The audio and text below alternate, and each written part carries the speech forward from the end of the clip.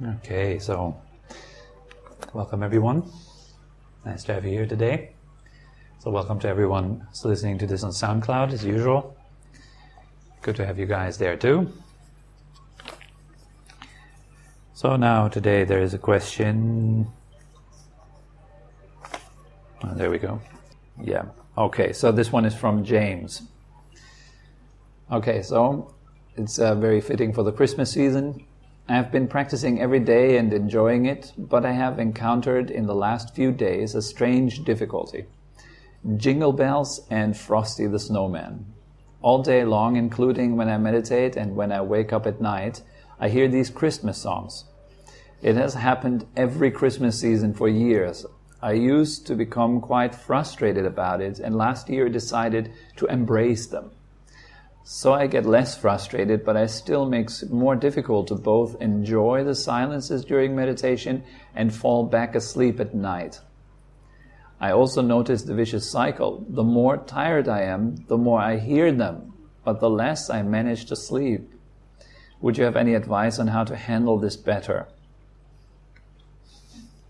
Okay, Frosty the Snowman and Jingle Bells.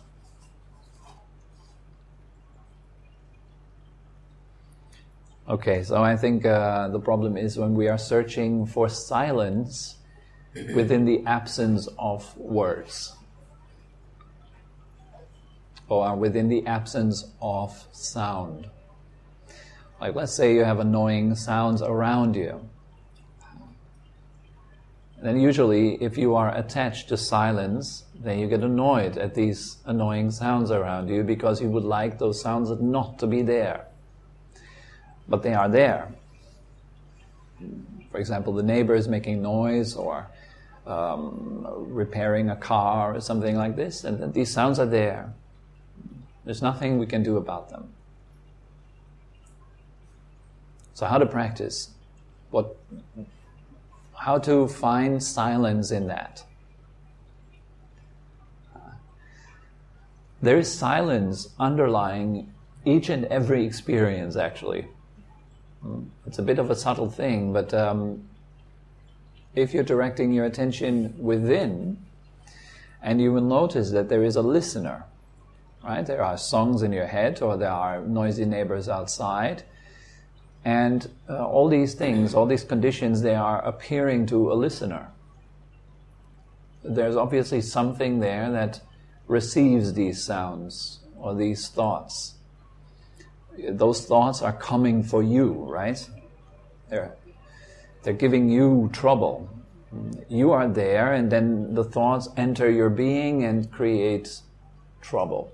And then you are there to get rid of them also. You try to push them out of your being. You say no to them. I don't want those thoughts. I don't want those songs. I don't want those neighbors. I don't want those problems around me. Like that. Yeah, this is the usual response to it. When will they ever stop? When will the songs ever stop? And so we get really frustrated. We get frustrated precisely for the reason because we're pushing against truth. It's that simple. You're resisting truth. You're pushing against the truth that is happening in this moment.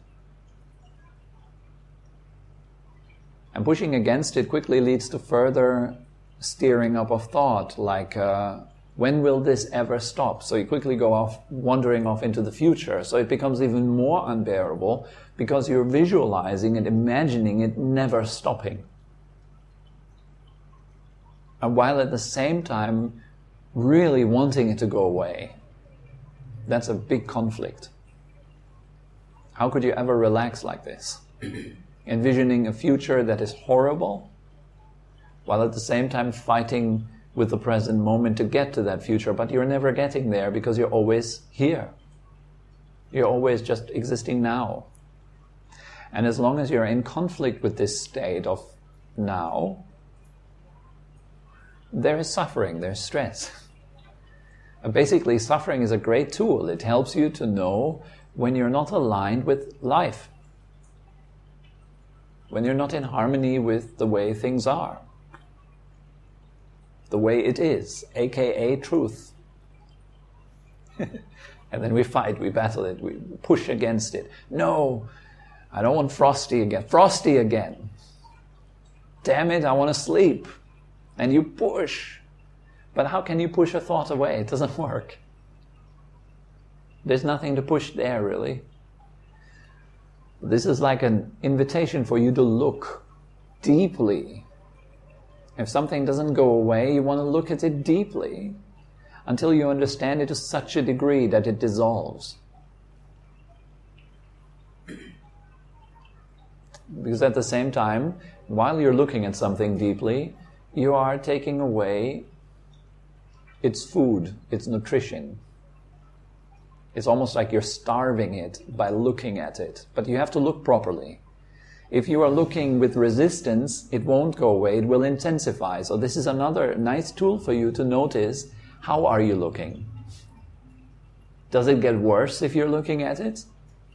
That's a clear sign that you are looking from resistance or through resistance.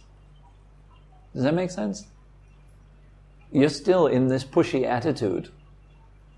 And you're looking at it with the secret hope that the looking might make it go away. And particularly maybe even now, so that you've heard it, that I said if you're looking properly, it will dissolve. So now there is another craving maybe. I need to look at it just properly. But you see, it's an agenda. You're still looking to get rid of it.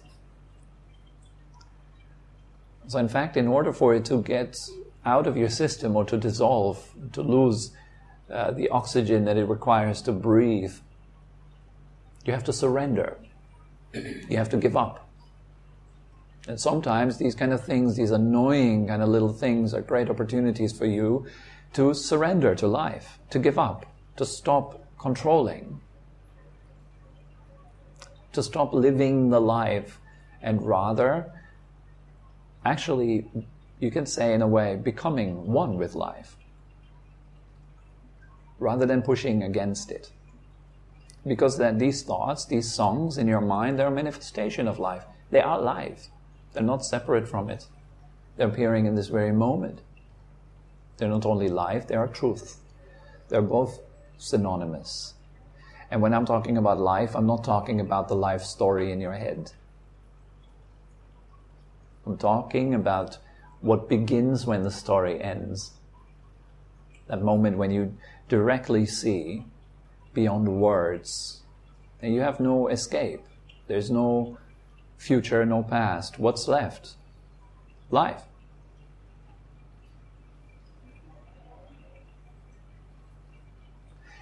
And then you will slowly notice that these songs that are appearing, they're appearing to something. Now that's what's interesting. And that's where you can find your silence.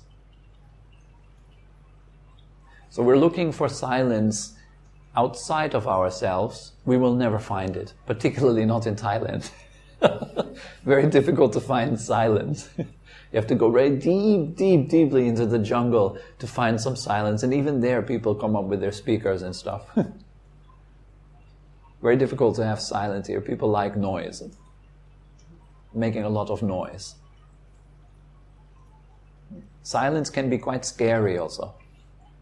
As soon as you're sitting there in your own room, quietly, not talking, not doing anything, what's your tendency?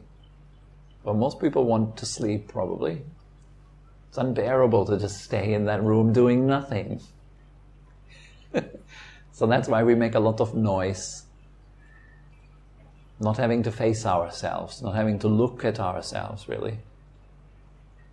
And then it perpetuates this suffering, it perpetuates stress.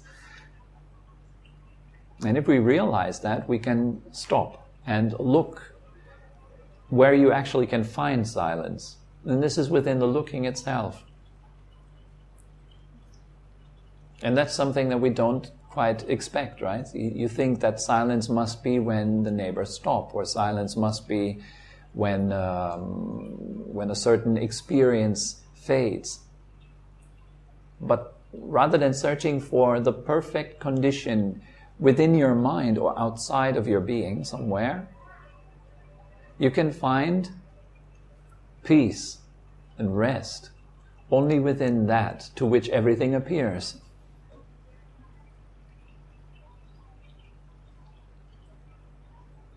So you can use like a little trick. Next time Frosty the Snowman comes up, open up to it, allow the song to play, listen to it. Listen to it with some degree of concentration, focus on it. Have the song play in your head. Hear it really well, like note by note. Play it slow, play it fast, play with it. Form it. Put it up a few octaves, put it down a lower tone. Play with the sound. Then leave it just play by itself after a while. Let it just play as it wants to play. One after another, as it wants, as it pleases. You can tell your mind, well, now it's Frosty the Snowman time. I give you 1 hour of Frosty the Snowman. You can play it as many times as you want. Knock yourself out. Be my guest. Play. This is basically an act of friendship towards your mind. You're not here as a tyrant, as a controller. Stop enjoying yourself. Stop singing songs. Maybe it helps to kind of see it in a little bit of different ways. Your mind wants to play songs for you. Your mind's kind of in a happy Christmas mood and it wants to offer you some songs, and there you are and you say like, just shut up, I want to sleep. Well, and of course your mind is kind of sad after that and angry, maybe even offended, and it kind of fights you then. Whereas when you're here as a friend and you allow the mind to sing its songs as much as it wants to, the mind kind of loses its interest. Like bullies at school, they lose their interest if their victim doesn't have a victim mentality anymore. I found that out for myself. I was bullied at school all the time because I was thin, and people would say things like, "Oh, look at the pencil. Don't breathe too much because he will break." Because I was much more thin when I was at school than I am now. So they would bully me all the time. They would call me Face. Was my nickname also. The face. I don't really know why. Probably they found something funny about my face, so they called me the Face. And so eventually I just went with it, and I laughed about it, and had fun with it, and I called myself the Face. And it took out all the problem, because you cannot bother someone that you cannot bother. You become unbotherable. Yeah, what can someone do to you if you don't care? Or you can call me any name you want. Be my guest. Be as creative as you want, and maybe you have a good laugh. Find it incredibly creative, actually. Don't breathe too strongly or he will break. That's funny. Why not laugh about it? Why take it personal and be offended and so forth? You can laugh about it. One time, people would ask also at school, "Oh, how is the air up there?" Because I was very tall, and so they were looking up there and said, "Hey, Tobi, how is the air up there?" And I was really offended by that. I suffered a great deal because of it. So one day I came home and I told my dad. I said, "Dad, they're all telling me that, how's the air up there?" And he said, "Well, why don't you answer them? Well, better than down there. No one's farting in my face."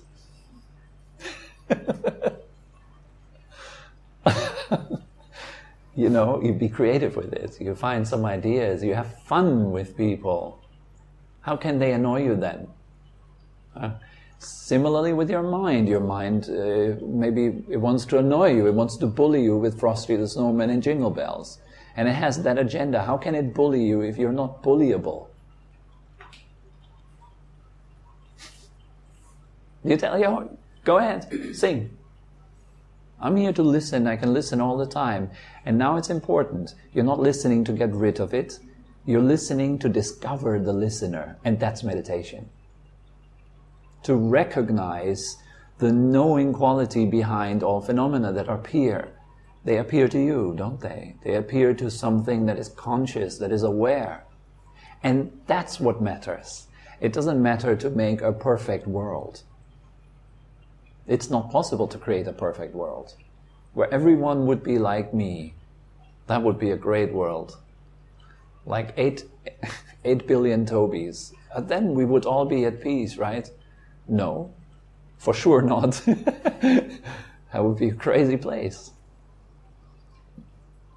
But once every circumstance is nice, then I can enjoy myself. Once my mind is totally still, no thought, then I could sleep. But no, it's not. Your mind has thoughts and it has songs and it wants to show them to you. So open up to it. Say, all right, sing. Knock yourself out. And as it sings, pay attention. Can you recognize the listening? Because that's where the magic is at. This is where real meditation happens. Ajahn Chah put it this way. There was this, they're living in this forest monastery, and then around there the villagers were really loud one time. Yes, Wat Nong Papong, in Ubon. And so people were really loud around. They had some sort of party or festival, and so they had their speakers and they turned them up full volume. And it went on for days, and so eventually the monks started to complain. They start to talk, why don't the villagers respect the monks? We cannot practice meditation because they're so noisy. And so they talked within their own group, and so it became this kind of topic amongst the monks. And so eventually they decided, let's go to the abbot, to the head teacher, and tell him, maybe we can do something about it.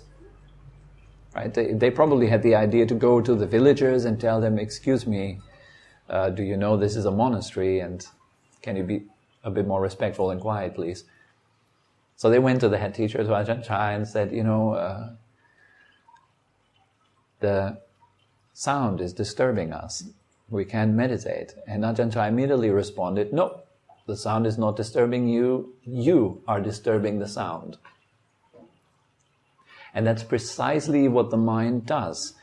If you notice, if you observe your mind, then you will see that it flows out towards something that is experienced, and it holds on to it, and it either pushes against it or tries to make it stay. All right, we call that craving. And the Buddha calls craving the cause of suffering. It's that simple. The mind flowing out, consciousness flowing out, attaching, clinging to an object, losing itself, losing the knowledge of itself, not recognizing itself anymore. It goes out to something, it becomes that thing, it gets involved with that thing, it pushes against it, it pulls it towards itself, and so the whole mechanism of suffering starts like that. If you can see that life, you will slowly understand, song by song, your wisdom will grow. Because the more you look deeply into what's really going on, why do I really suffer? That's your opportunity. You're suffering. You're suffering the songs. You wouldn't have to suffer them. And those songs are they are alive because you're suffering them. That's why they keep going around and around.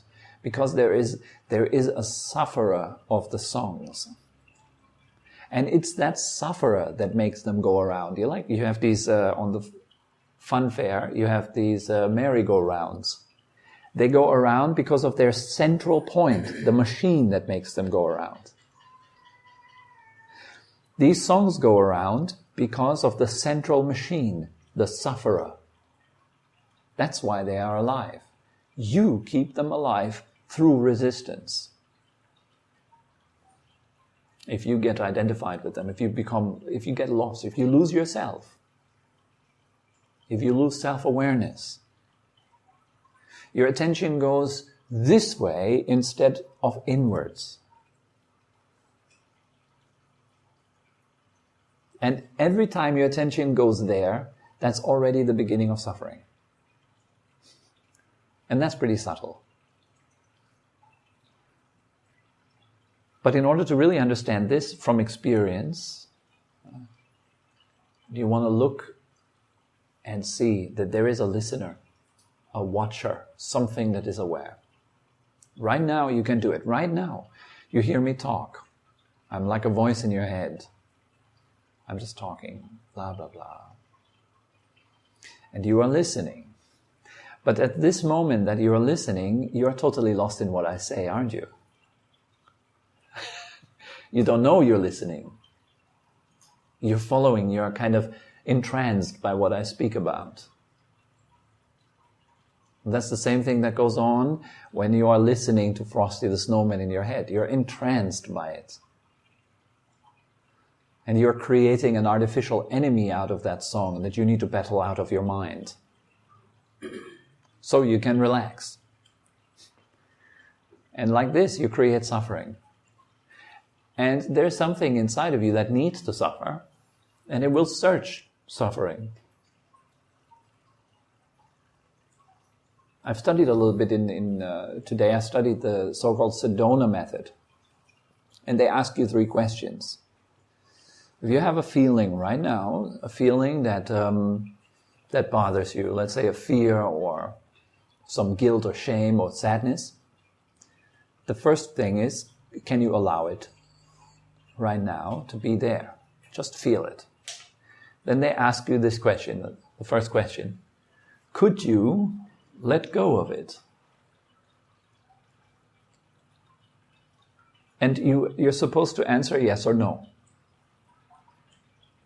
Could you let go of it? And sure, the answer is yes. You could let go of your pain. We all could. The second question they ask is, would you let go of it? And that's where many people who did this exercise stopped and started to think. And that showed me something that I also know too well from myself. There is something inside of me that wants to suffer. It's incredible, but it's true. And you will see that for yourself. You could just let go. You could just be at ease. But there's something that kind of grabs onto the suffering and it wants to be in that swamp down there. It feels home. That's home. Me and my problem. It's a bit of me, isn't it? And the me doesn't want to die. And so how can the me stay alive? If it has something that it can identify with, like me and my problem, me and Frosty the Snowman. I wish it was not like that. So you stay alive for a little bit longer because you have some drama, some suffering there that you can latch onto. But could you let go of it? Yes. Would you let go of it?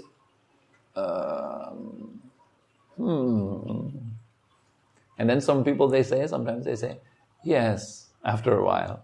Usually they laugh. They laugh, they say yes. And then the third question, when will you let go of it? These are 3 genius questions, I think. When? Tomorrow? How much longer do you want to suffer? How much longer do you want to stress out about thinking? You don't have to stress out about thinking, you can just leave it.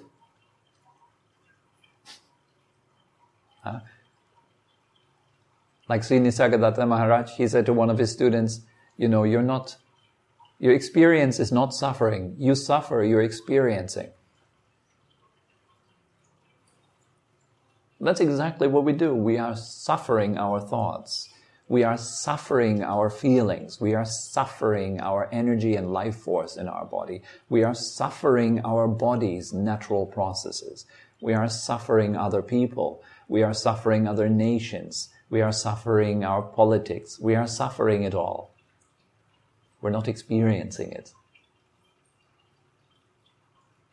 And that's really the problem. And so if we can shift from suffering Frosty the Snowman towards experiencing it, and then coming back even one more level to the experiencing itself. Then you found yourself. You found your center. In Buddhism, we say, this is not me, this is not mine. There is nothing that is you or yours.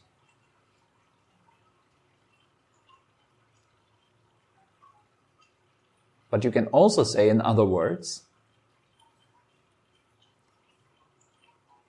that all these things that are not you or yours are appearing. Question is, to what? And you cannot find it as an object out there where you can point your finger to and say, hey, that's it. It's appearing to that one over there. But it goes to the ultimate subject, doesn't it? To your core, to your center. Many people, they say, I'm starting meditation because I want to find my center. That's your center. Consciousness, awareness, however you want to call it. It doesn't matter much how you call it, what kind of words you're giving it. That's something for scholars to juggle with. We're not scholars. We don't need to become scholars.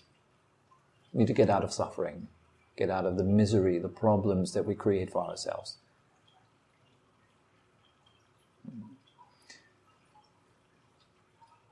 So take it as an opportunity. Next time you have your intent, you go to sleep, you go to bed, and you know it. Tonight, Frosty the Snowman will come. And jingle bells. You're prepared, you have like a battle plan. And as soon as they come, you're like, yes, that's it. And then you open up completely. For the sake of finding the one who looks at it. And then rest in its silence. Because there is this underlying silence to everything. It is your own consciousness. Your aware nature. This is deeply quiet and peaceful. And it is at your center and not. Because there is no such thing as a center. There's consciousness, fine. If you're not labeling it in any way, you're experiencing it directly. That's what you want. Philosophizing about meditation is of no use whatsoever. You can philosophize for hours. You can philosophize about the taste of honey without ever tasting it.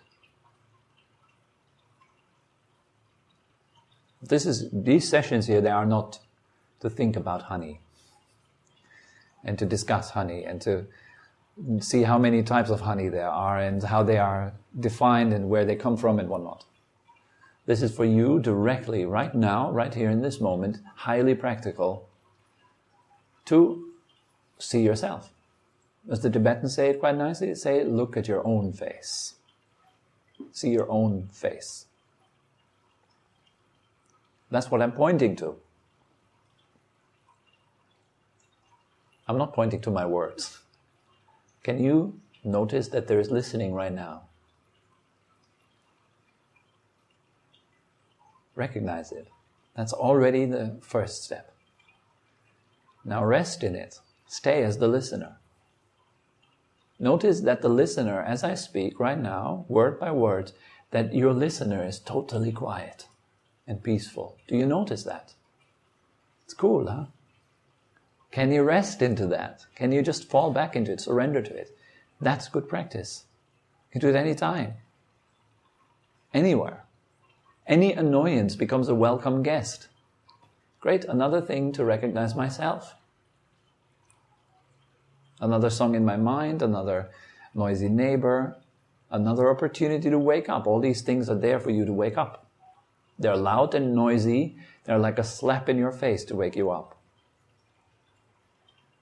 All your pains are. Worldwide pains are. Political pains are. Steering people to wake up out of their zombie-like sleep. Everything is fine. Everything is fine. Consume, consume, consume. All right. You need a big problem to wake up. It's there. And you see everywhere around the world, people get together at the moment. Organizations come up like mushrooms. Helpful things, good things. The immune system of the world is mobilizing. It's growing. Why? Because there's trouble. In the same way, internally, if your practice goes well, you are able to transform absolutely every situation into the path. Do you see the feathers? Is it ostrich? How do you call it? Ostrich? Oh. No, peacock. Thanks. Peacock's feathers. There you go. Peacock's feathers. Why are they there? They are a very old symbol of transforming poison into beauty. Because the peacock is eating poisonous plants. And it's this poison in these plants that creates the beautiful colors in the peacock's feathers. So sometimes you see monks.